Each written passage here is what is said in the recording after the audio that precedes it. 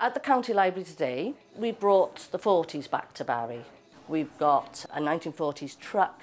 We've brought in military weapons that we've had to get in touch with the firearms police officers, assuring them they are deactivated. And we've been very fortunate to have Jonathan Hicks launching his book, but also Eileen Younghusband.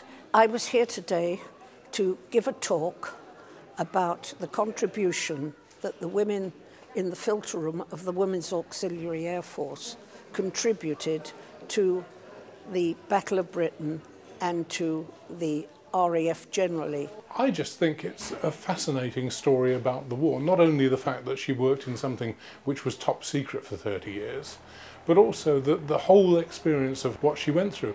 One of the things I found most fascinating was her wartime wedding. The idea of make, do and mend, and everybody providing, you know, somebody would provide a cake, somebody else would provide an old dress to be adapted. I think that, for me, brings the whole thing to life. We're bringing together all the generations to talk about it, where too often children don't ask their grandparents what they did.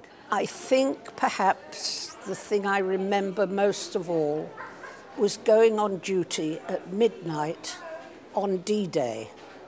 As I went in the filter room, the atmosphere was electric, and we spent the night plotting and filtering the movements of the ships in the Channel, the landings on Normandy, and the gliders being towed out to back up our troops. I will never forget that night. Nobody else, I think, had quite the war experience that Eileen's had.